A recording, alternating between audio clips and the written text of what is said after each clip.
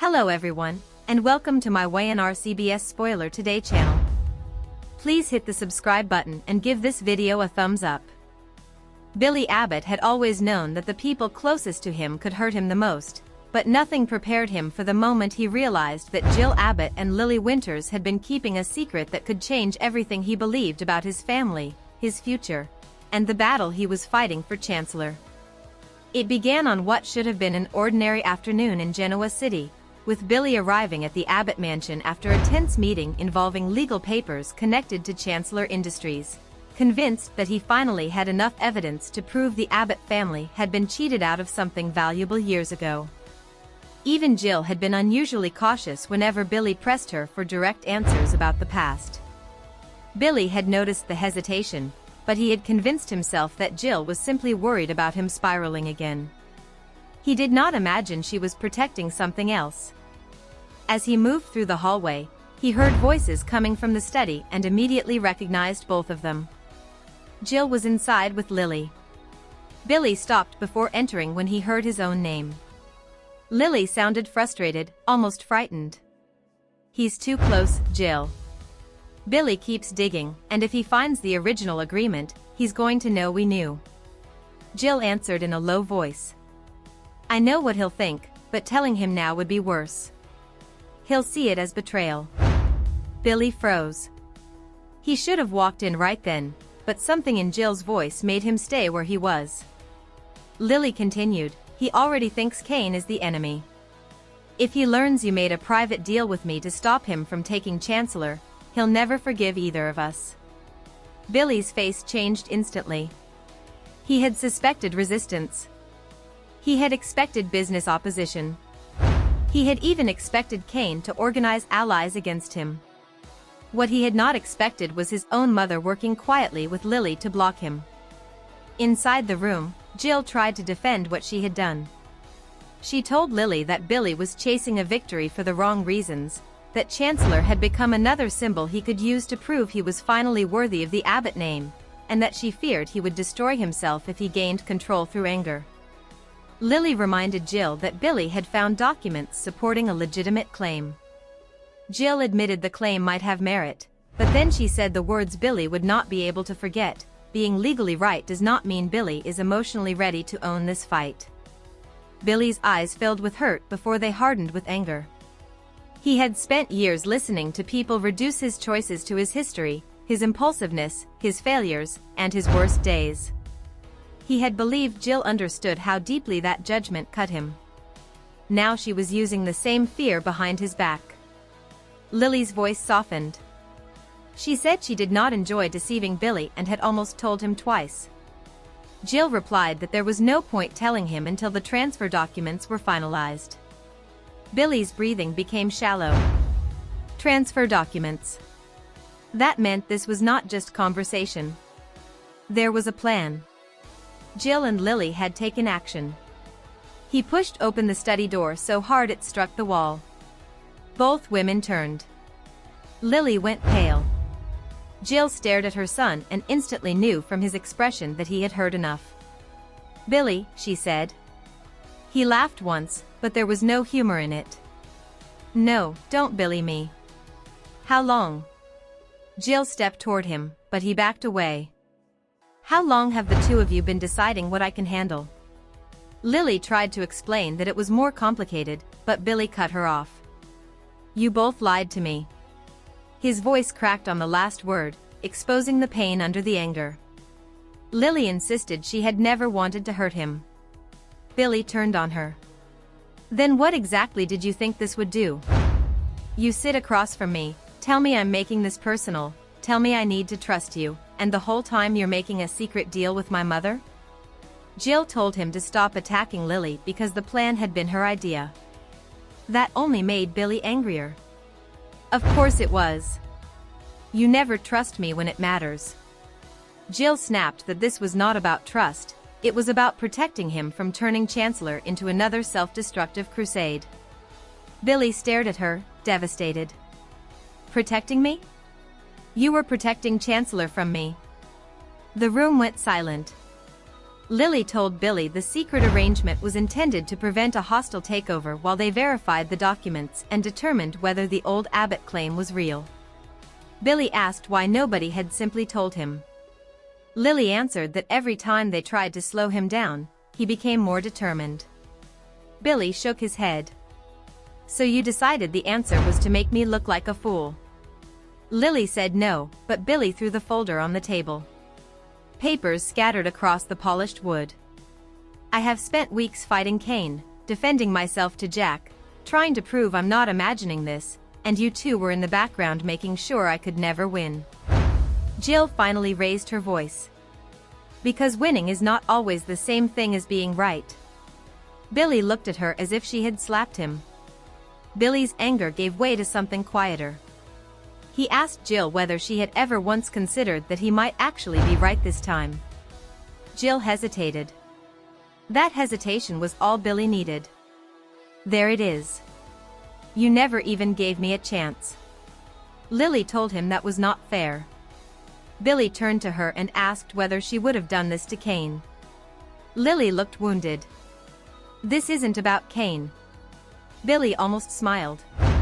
"It's always about Kane when Chancellor is involved."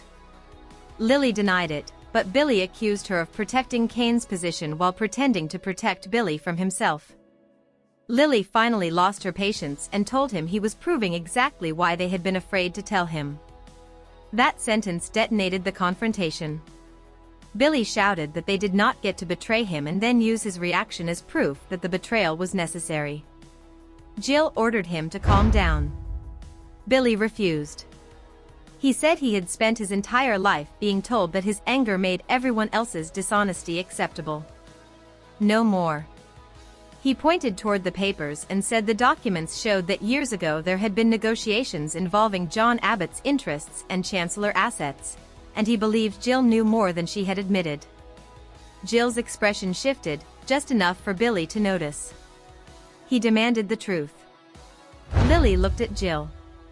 Jill looked away. Billy's voice dropped. "There's more. What else are you hiding?"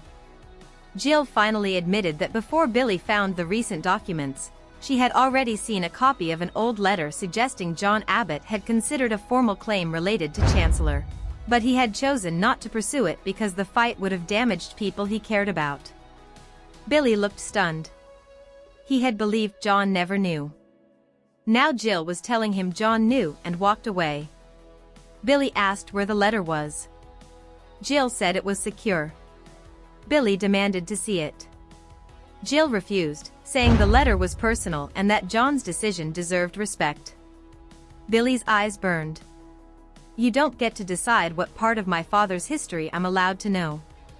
Jill reminded him that John was her family too and that she had reasons for keeping the letter private. Billy accused her of using John's memory to control him. Lily tried to intervene, but Billy told her to stay out of it. This time Lily did not back down. She said she had kept Jill's confidence because she believed reopening an old wound could tear apart the Abbotts and Chancellor alike. Billy asked her whether she had also agreed to help move voting power away from him. Lily's silence confirmed it. He laughed bitterly. "Unbelievable." Jill explained that the temporary voting arrangement was designed to keep any one person from forcing a takeover until the legal questions were settled. Billy asked who held the deciding vote. Neither woman answered. He realized the answer almost immediately. Kane. Lily said it was not that simple, but Billy's expression collapsed. Jill had not merely doubted him, she had empowered the man Billy believed was standing in his way. For several seconds, Billy said nothing. His fury drained into heartbreak. "You chose Kane over me." Jill insisted she had chosen stability. Billy replied, "That's what you always call it when you choose someone else because you think I'm too damaged to trust." Jill's eyes filled with tears. She told him he was her son and that every decision she made had been driven by fear of losing him again. Billy shook his head. "Then maybe you should have trusted me enough to let me fail on my own." Billy reminded her that she had once accused him of making decisions for everyone around him without giving them a choice. Congratulations, Lily. Now you know exactly what that feels like. He turned to leave, but Jill called after him and warned him not to do anything impulsive. Billy stopped at the doorway. You still don't understand. This isn't impulse anymore. Then he turned and looked directly at Jill. You wanted me to stop fighting? You just gave me a reason to fight harder. After Billy left, Lily demanded to know whether Jill had expected this. Across town, Billy drove through Genoa City with Jill's words replaying in his head. He felt betrayed by Lily, but Jill's role cut deeper. He had wanted his mother to believe that this time he was not chasing chaos. Instead, she had secretly built a wall around him. By the time he reached his office, hurt had transformed into resolve. He called a private investigator and gave one instruction: locate every archived file connected to John Abbott, Jill, and Chancellor during the year mentioned in the papers. He then called his attorney and asked whether a temporary voting agreement could be challenged if one party had concealed material evidence. The answer was cautious, but it was enough to give Billy hope. Meanwhile, Lily sat alone after Jill left, staring at the scattered documents. She knew Billy was furious, but what frightened her most was the possibility that he was right about one thing: they had taken away his chance to make his own decision. When Kane later called, Lily did not answer. For the first time, she wondered whether the secret deal designed to protect Chancellor had created the exact war they were trying to prevent. Jill, too, began to doubt herself. She opened a locked case and removed the old letter she had refused to show Billy. Her hands trembled as she reread John Abbott's words. The letter did more than reveal that John had once considered a Chancellor claim. Near the bottom was a handwritten note mentioning a promise Jill had made decades earlier, a promise tied to ownership, family loyalty, and a name Billy would immediately recognize. Jill whispered, "Oh, Billy," realizing the truth was even more dangerous than he knew. At that same moment, Billy received a message from the investigator. There was another copy of John's letter, and someone had recently tried to remove it from the archive. Billy stared at the screen, his jaw tightening. He did not know whether Jill, Lily, Kane, or someone else had tried to bury the evidence, but he knew one thing for certain. The secret conversation he had overheard was not the end of the betrayal. It was only the beginning, and whatever truth John Abbott had left behind was about to force Billy, Jill, Lily, Kane, and the entire Chancellor battle into a confrontation none of them could escape. And Billy intended to uncover every detail. Billy stared at the investigator's message for several long seconds, feeling the anger inside him sharpen into something far more dangerous than an emotional outburst. Someone had deliberately tried Supported to me. remove You never helped me, and then the just archive, like that, you hand it right back to Billy Victor. was no longer willing to believe that Jill's secrecy was simply about protecting him from himself. He immediately called the investigator back and demanded every available detail. The copy had been stored among old corporate correspondence connected to Chancellor and Jabot, and according to the archive records, a request had been made only days earlier to have the file transferred to private storage. The request had not come directly from Jill or Lily, but from an attorney whose firm had once represented Chancellor interests. Billy asked for the attorney's name, and when he heard it, his expression changed. He recognized the firm from documents Kane had recently submitted during the fight over Chancellor. So Kane knew, Billy whispered after ending the call. Whether Kane had personally ordered the file moved remained unclear, but Billy was convinced that the circle of people hiding information from him was growing. Instead of confronting Kane immediately, Billy made a decision that surprised even him: he would keep quiet until he had proof. Years ago, Billy would have stormed into the room, thrown accusations at everyone, and given his enemies time to prepare. This time he intended to do something different. He photographed every document he possessed, emailed secure copies to his attorney, and then placed the originals in a location only he knew about. Across town, Jill was becoming increasingly uneasy. She knew Billy well enough to understand that silence from him was sometimes more troubling than anger. Lily returned to see Jill and found her still holding John's letter. "You need to tell him everything," Lily said. Jill looked up sharply. And give him another reason to tear Chancellor apart? Lily shook her head. No. Give him a reason to believe you haven't completely betrayed him. Jill admitted there was one part of the story she had never told Billy. Years earlier, John had considered challenging a Chancellor transaction because he believed Abbott money had helped rescue a division that later became highly valuable. However, John ultimately walked away after Jill privately begged him not to start a legal battle that could destroy her relationship with the Chancellor family. John agreed. But only after Jill promised that if the issue ever resurfaced, Billy and the other Abbott children would be told the full truth before anyone made another decision involving those assets. Lily's face fell. So by keeping the letter from Billy, you broke the promise you made to John. Jill looked devastated. I thought I was protecting everyone. Lily responded quietly, that's what Billy thinks you always say. Before Jill could answer, the front door opened. Billy walked in. His calm expression immediately frightened Jill more than his earlier shouting had. I need the letter, he said. Jill tried to tell him they should sit down first, but Billy refused. No speeches about my history. No warnings about my temper. No deciding what I can handle.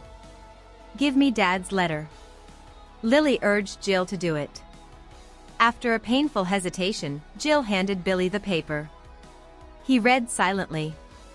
The longer he read, the more emotional he became. When he reached John's reference to Jill's promise, Billy stopped. His eyes lifted slowly toward his mother. You promised him. Jill's voice broke. Yes. Billy looked back at the letter. Dad trusted you to tell us. Jill admitted she had convinced herself that circumstances had changed. Billy responded, no, you convinced yourself that I hadn't. Jill stepped closer and told him that John's decision had been about family, not weakness. Billy agreed. Exactly. He made his decision. You didn't make it for him. He folded the letter carefully rather than throwing it down. That small gesture told Jill that this confrontation was different. Billy was hurt, but he was thinking clearly. Then he revealed that someone had recently tried to remove another copy of the letter from the archives. Lily's eyes widened. Jill appeared genuinely shocked. Billy watched both reactions carefully. Was it either of you? He asked. Lily immediately said no. Jill also denied it. Billy believed that neither woman had expected the revelation, which left one obvious possibility. Kane. Lily cautioned him against jumping to conclusions, but Billy told her he was finished ignoring patterns simply because everyone was afraid of what he might do with the truth. At that moment, Kane entered after receiving a message from Jill asking him to come over earlier. He immediately sensed the tension. Billy turned toward him holding John's letter. Perfect timing. Kane looked at Jill, then Lily. What happened? Billy walked closer. Someone tried to bury this letter. The request came through a law firm connected to your Chancellor filings. Want to explain that? Kane's expression tightened, but he did not panic. He said he knew nothing about an archive request. Billy accused him of lying. Kane replied that Billy was so desperate to find a villain that he was ignoring the possibility that someone else had an interest in keeping the old Abbott claim buried. That stopped Billy for a moment. Kane explained that Chancellor's historical ownership structure involved more than Jill, Catherine, or the Abbotts. There had been investors, trusts, subsidiaries, and agreements that could expose people no one was currently considering. Jill demanded to know what Kane meant. Kane admitted he had discovered references to a sealed settlement while reviewing the company's records but had not yet obtained the document itself. Billy laughed bitterly. Another secret. Amazing. Kane insisted he had been trying to verify it before making accusations. Billy replied, funny. That's what everyone says after I catch them hiding something. Lily finally stepped between them, warning that if the sealed settlement was connected to John's letter, they all needed to stop fighting long enough to understand what they were dealing with. Billy looked at her coldly. You don't get to ask me for trust right now. Lily accepted the criticism. Then don't trust me.